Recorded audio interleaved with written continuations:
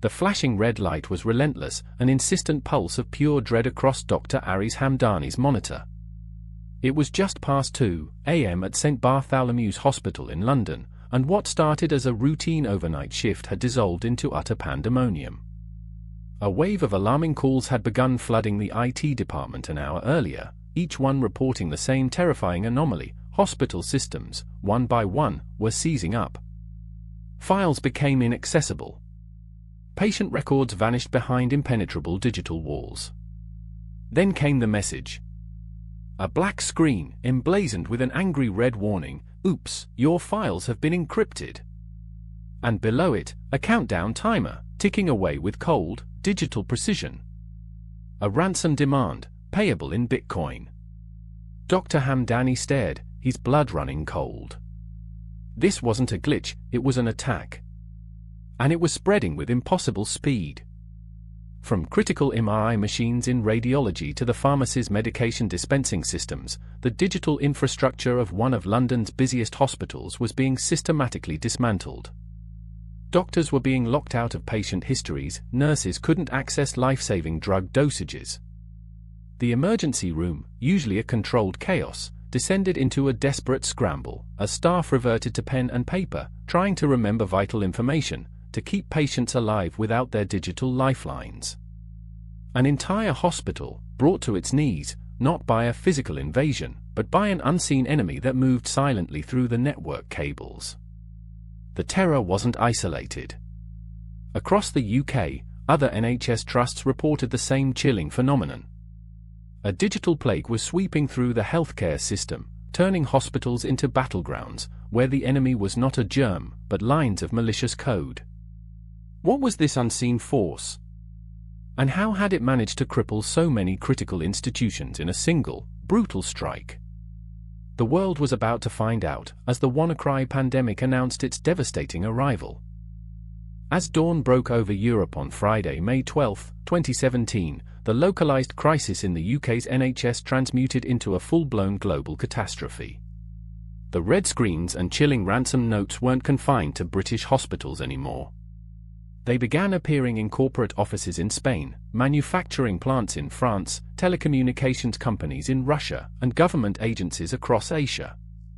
A chilling mosaic of digital distress signals painted itself across the global cyber world.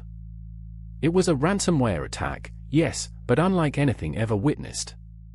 This wasn't a targeted strike, it was a digital wildfire, indiscriminate and brutally efficient.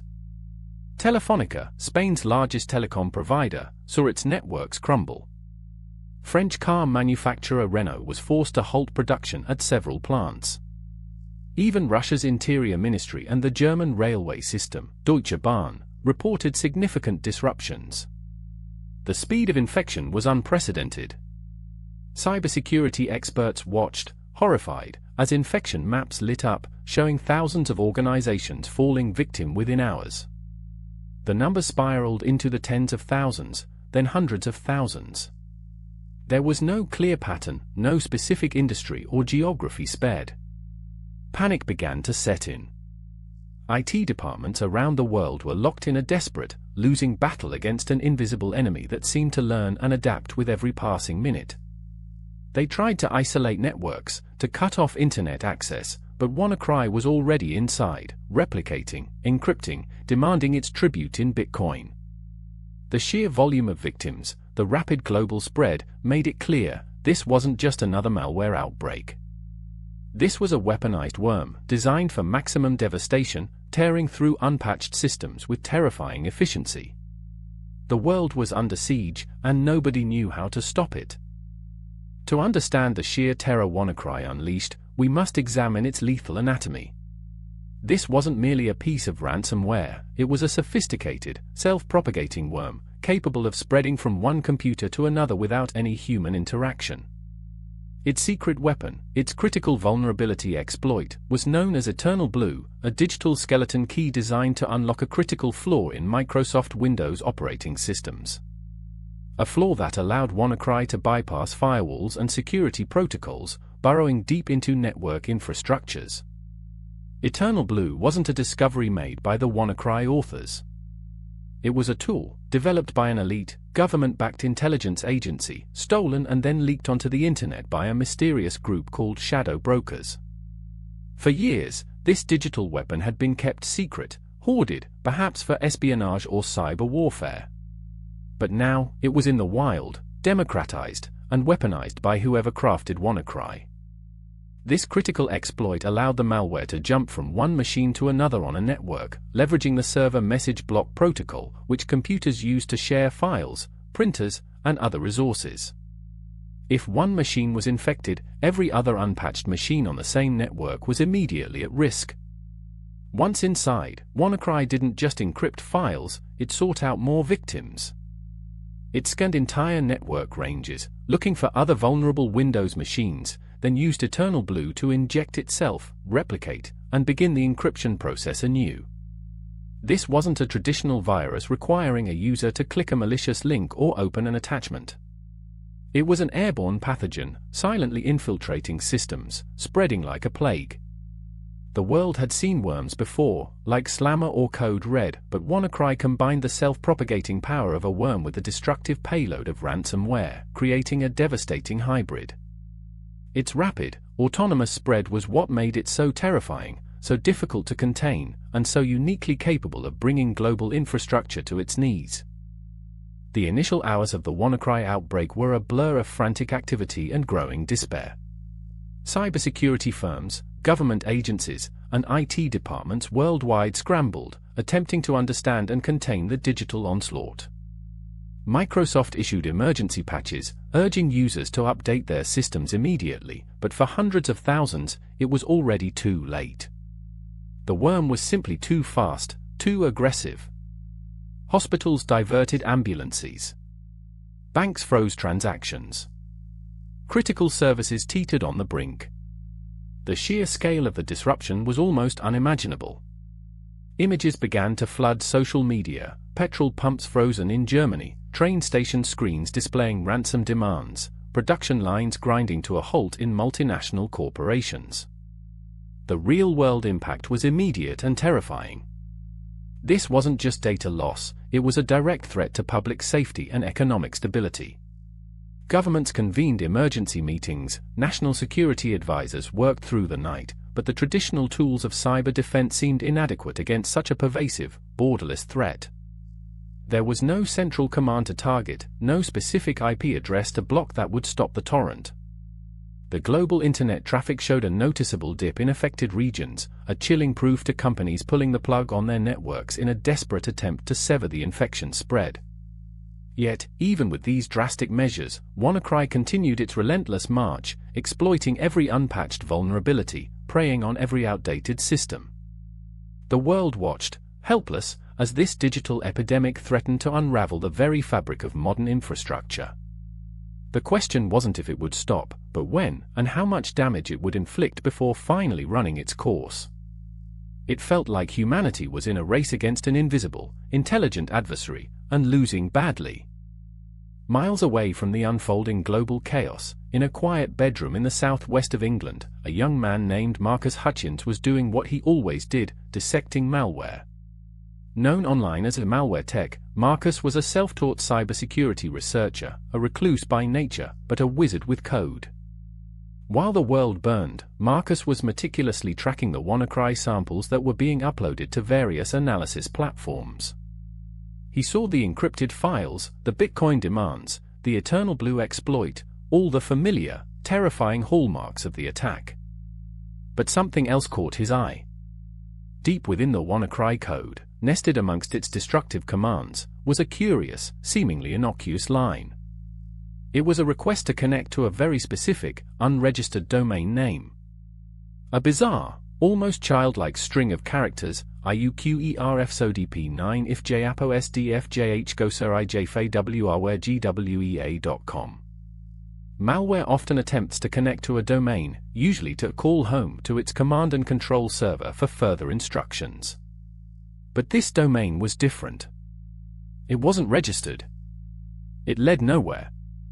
And the way WannaCry interacted with it was peculiar. Most malware would simply fail if a domain wasn't found and then continue its destructive path. But WannaCry, Marcus noticed, had a conditional check. If the domain was found and successfully connected to, the malware would stop executing.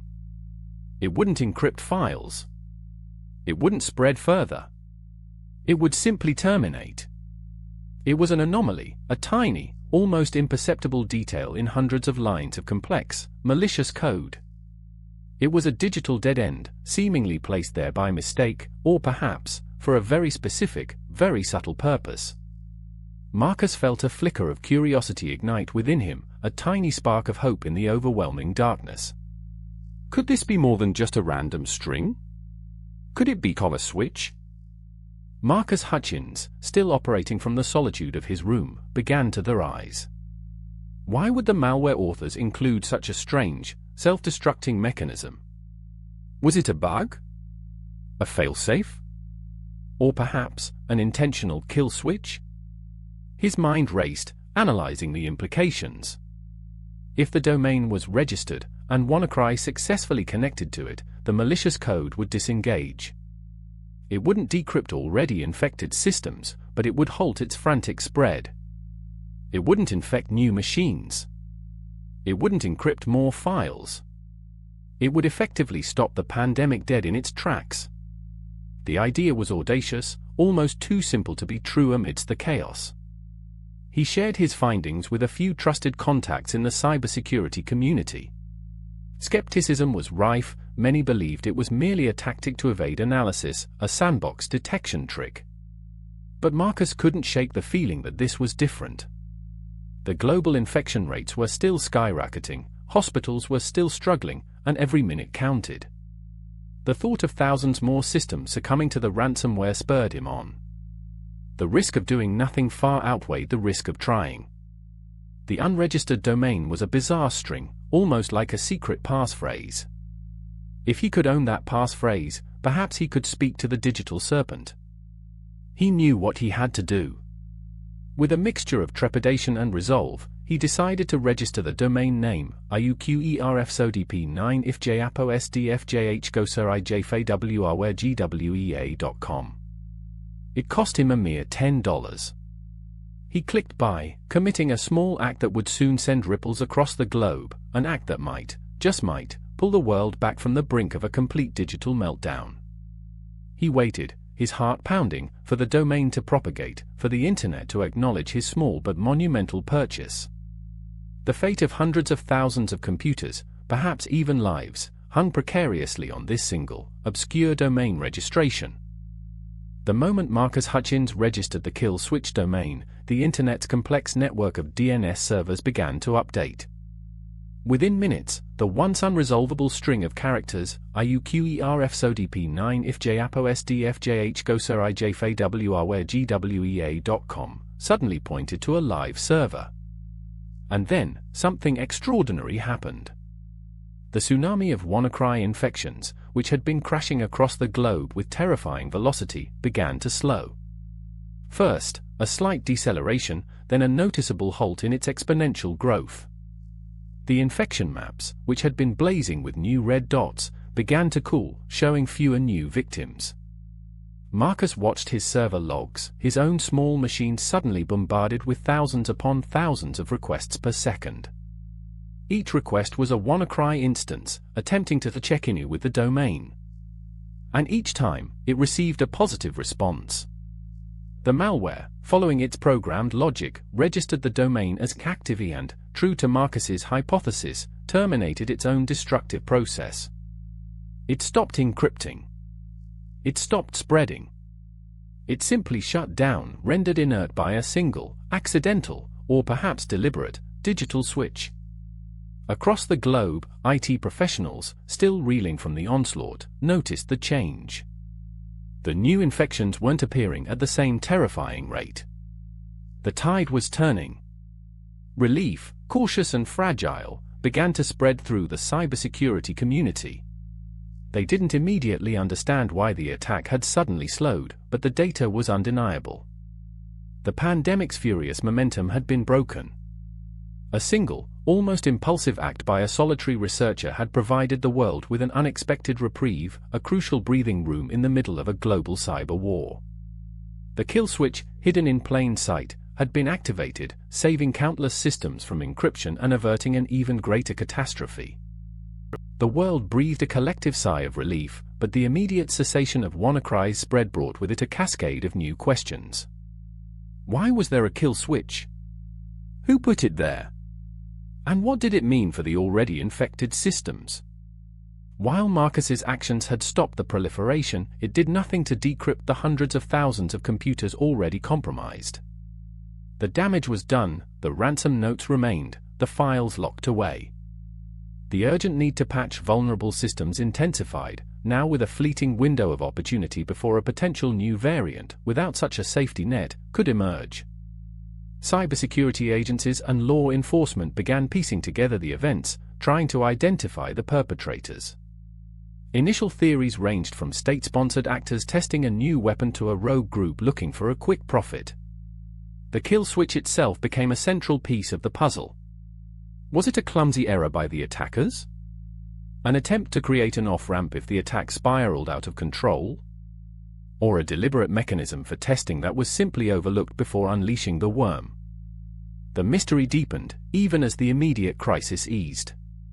The temporary reprieve allowed IT teams to work furiously, patching systems, rebuilding servers, and attempting data recovery from backups. The global economic impact was still enormous, estimated to be in the billions. But without the kill switch, the damage could have been exponentially worse, potentially crippling entire national infrastructures. Marcus Hutchins, the accidental hero, suddenly found himself thrust into the global spotlight, a young man who, with a $10 domain registration, had inadvertently pulled humanity back from the brink of a digital apocalypse. But the battle was far from over. The global investigation into WannaCry's origins was just beginning, and it would lead down a dark, geopolitical rabbit hole. The story of WannaCry cannot be fully told without delving into the origins of its most potent weapon, Eternal Blue. Months before WannaCry's rampage, a mysterious group calling themselves the Shadow Brokers emerged from the digital underworld. They claimed to have hacked into the Equation Group, an elite cyber warfare unit widely believed to be part of the U.S. National Security Agency. In April 2017, just a month before WannaCry, the Shadow Brokers made good on their threats, dumping a trove of highly classified hacking tools and zero-day exploits onto the internet. Among them was Eternal Blue. Eternal Blue was not some amateur hack, it was a sophisticated, government-grade exploit designed to target a critical vulnerability in Microsoft's server message block protocol. It was a digital master key, capable of granting complete control over unpatched Windows machines, allowing remote code execution without any user interaction. For years, the NSA had likely used this tool to conduct covert surveillance and intelligence gathering. But now, it was freely available to anyone with an internet connection, effectively putting a nation-state weapon into the hands of cybercriminals and state-sponsored hackers worldwide. This leak ignited a fierce debate about the ethics of governments hoarding zero-day exploits. Many argued that by keeping these vulnerabilities secret for their own offensive purposes, intelligence agencies inadvertently put the entire global digital infrastructure at risk. Microsoft had reportedly developed patches for these vulnerabilities after being notified by the NSA, but the patches were not universally applied, leaving millions of systems exposed. The Shadow Brokers leak, a seemingly random act of digital vandalism, became the catalyst for WannaCry, turning a powerful surveillance tool into the cornerstone of a global ransomware pandemic. It was a chilling proof to the unintended consequences of cyber warfare and the fragile balance of power in the digital age. With the immediate threat contained, the focus shifted to attribution. Who built WannaCry? And why? Cybersecurity experts and intelligence agencies globally initiated a massive forensic investigation, dissecting the malware's code, analyzing its infrastructure, and tracing its digital footprints. Companies like Symantec, Google, and Kaspersky Labs poured resources into the hunt, and quickly, a pattern began to emerge. The code itself held clues, subtle but distinct. Specifically, researchers discovered striking similarities between WannaCry's code and that of other known malware attributed to the Lazarus Group, a notorious state-sponsored hacking collective believed to be operating out of North Korea. These similarities weren't superficial, they involved unique code structures, encryption routines, and even specific methods of interacting with operating systems that were hallmarks of Lazarus Group operations. One of the most compelling pieces of evidence was a shared backdoor that WannaCry had in common with earlier Lazarus malware. This wasn't merely coincidence, it was a signature, a digital fingerprint left behind by the creators. Further investigation revealed shared infrastructure. While WannaCry used newly registered domains, analysis of its communication protocols and the way it attempted to remain anonymous pointed to tactics and server configurations previously used by the North Korean group. The motive began to coalesce. North Korea, under crushing international sanctions, had increasingly turned to cybercrime as a means of generating illicit revenue. WannaCry, with its ransomware demands, fit this pattern. What started as a hunt for a faceless hacker organization began to point unequivocally towards the Hermit kingdom, turning the cyber pandemic into a geopolitical flashpoint. The attack wasn't just about money, it was a clear demonstration of North Korea's growing cyber capabilities and its willingness to unleash chaos on the world stage. The overwhelming evidence pointing to North Korea's Lazarus Group sent shockwaves through the international community. This wasn't just a criminal enterprise, it was a rogue nation leveraging sophisticated cyber weaponry, inherited from a stolen NSA exploit, to extort money and cause global disruption. The implications were chilling. Why would North Korea risk such a high-profile attack with potentially devastating consequences? The primary motive was financial. Decades of international sanctions had crippled North Korea's economy, making it increasingly desperate for foreign currency. The Lazarus Group had previously been implicated in large-scale bank heists and other cyber-enabled financial crimes, including the infamous Sony Pictures hack. WannaCry, with its global ransomware demands, was a clear attempt to replenish state coffers. The Bitcoin demanded, though relatively small in total collected due to the kill switch, was still a direct funding mechanism for a nation starving for resources. However, there was also a secondary, perhaps more insidious, motive: disruption and geopolitical signaling. A widespread attack of WannaCry's magnitude demonstrated North Korea's capability to inflict significant damage on critical infrastructure worldwide. It served as a potent, albeit reckless, warning to its adversaries, a show of force in the cyber domain. The sheer chaos and panic it generated across hospitals, factories, and government agencies underscored the vulnerability of the modern, interconnected world. The incident solidified North Korea's reputation as a formidable and dangerous cyber actor, operating beyond traditional boundaries. This was not a random act of hacking, it was an act of economic warfare and geopolitical intimidation, launched from the shadows by a regime desperate to assert its power. As the world grappled with the implications of North Korea's involvement, the accidental hero of the WannaCry pandemic, Marcus Hutchins, found himself in an increasingly complex and dangerous spotlight. His quick thinking had earned him global praise, media interviews, and recognition from top cybersecurity experts. He was hailed as the accidental hero who saved the internet. Yet, beneath the surface of his sudden fame, a darker chapter of his past lay hidden, waiting to be exposed. Just months after his heroic act, Marcus traveled to Las Vegas for the DEF CON hacking conference. As he boarded a flight to return home, he was unexpectedly detained by FBI agents and subsequently arrested. The charges were shocking: creating and distributing a separate piece of malware known as Chronos, a banking Trojan designed to steal financial credentials. The accusations dated back years, to a period before WannaCry, when Marcus was a much younger, perhaps more reckless, security enthusiast. The man who had saved the world from one digital plague was now accused of having created another. The cybersecurity community was stunned, divided. Some viewed him as a reformed prodigy, whose past mistakes shouldn't overshadow his recent heroic actions.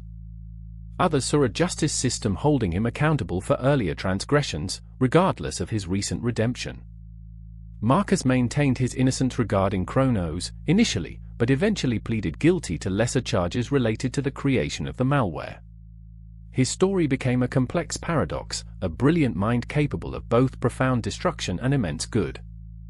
The saga of WannaCry, already a tale of unprecedented cyber warfare, now also contained a deeply human narrative of a young man's journey from the shadows of illicit hacking to the bright, and often unforgiving, light of global heroism. The WannaCry pandemic left an indelible mark on the digital world, forcing a fundamental reassessment of cybersecurity practices worldwide. In the immediate aftermath, a global scramble ensued to patch every vulnerable Windows system, from individual computers to vast corporate networks. Microsoft, already having released patches for the Eternal Blue vulnerability weeks before the attack, issued critical updates and even provided patches for unsupported operating systems like Windows XP, acknowledging the unprecedented severity of the threat. The attack exposed gaping holes in organizational security, outdated systems, neglected patching routines, and a general underestimation of the interconnectedness of modern digital infrastructure. Governments and corporations poured billions into upgrading their defenses, implementing stricter protocols, and investing in advanced threat detection. The incident served as a stark, undeniable warning that cyber threats were no longer abstract data breaches. They could directly impact public services, national economies, and even human lives. Beyond technical fixes, WannaCry sparked crucial policy debates. The controversy surrounding the NSA's lost Eternal Blue exploit intensified calls for greater transparency and accountability from intelligence agencies regarding their zero-day vulnerability programs. Should governments disclose vulnerabilities to vendors so they can be patched, or should they hoard them for offensive capabilities? WannaCry provided a devastating answer, illustrating the catastrophic consequences when such powerful tools escape into the wild. The world learned, through painful experience, that cyber defense was not merely an IT department's concern, but a matter of national and global security, requiring continuous vigilance and international cooperation. The wounds of WannaCry began to heal, but the scars remained, serving as a permanent reminder of the fragile nature of our digital existence. Years have passed since WannaCry brought the world to its knees, but its legacy endures. The pandemic served as a watershed moment, fundamentally reshaping the global understanding of cyber warfare and the pervasive threat of ransomware. While the immediate crisis was averted by a hidden kill switch and the rapid response of researchers, the battle against digital threats is far from over. Ransomware continues to evolve, becoming more sophisticated, more targeted, and more destructive, adapting to new defenses and finding new vulnerabilities. The fundamental lessons of WannaCry, the importance of patching, backups, and robust network segmentation, remain critical, yet often neglected. New, equally devastating exploits are undoubtedly being developed and hoarded by state actors even now, waiting for their moment to be unleashed or, worse, stolen and weaponized by malicious groups. The debate surrounding zero-day vulnerabilities continues, with no easy answers. Governments still face the dilemma of whether to disclose or weaponize critical flaws, knowing the devastating potential if such tools fall into the wrong hands. WannaCry showed us the catastrophic ripple effects of such a decision. The silent war in cyberspace is perpetual. It's fought every second, across every continent, by unseen heroes and villains. The WannaCry pandemic was a chilling glimpse into a future where digital pandemics could cripple nations, disrupt economies, and endanger lives with terrifying speed and scale. It was a stark reminder of humanity's shared vulnerability in an increasingly interconnected world. The hidden kill switch may have saved us that day, but the next digital plague could be just around the corner, waiting for its opportunity to strike, demanding our eternal vigilance in this unending battle for the digital soul of our world.